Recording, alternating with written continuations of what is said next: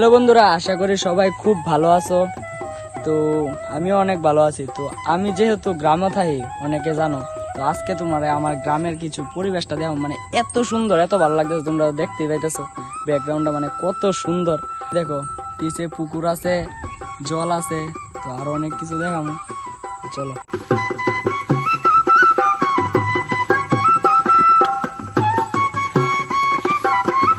Guys, ধান খেতে দেখতেছো না আরো কত সুন্দর লাগতেছে। একটু এরিয়াটা দেখো, আর সূর্যটা দেখো আরো সুন্দর লাগতেছে। তো এদিকে চারিদিকে যে তো এত জল টল আছে, তো সবাই মাছ ধরনের ব্যস্ত না, মানে হে একজন হে এক ভাবে।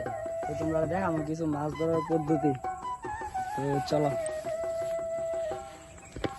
তো বন্ধুরা, বহু বছর পরে আজকে আমি বসি দিয়া মাছ ধরতাম বইছি, মানে অনেক বছর পরে ও ভিডিওর সূত্রেই মাছ ধরা। আর কার কার বসি দিয়া মাছ ধরতে ভালো লাগে অবশ্যই কমেন্ট করবা। তো আমি তো অনেক দিন পরে বইছি, মাছ টাছ পাইছি না। তো আবার আরেকদিন অনেক সুন্দর করে মাছ টাছ ধরনের একটা ভিডিও দেখামো। যার যার ভালো লাগে কমেন্ট করো, আর কার কার বিশেষ করে মাছ ধরতে ভালো লাগে বসি দিয়ে, এটা অবশ্যই কমেন্ট করবা।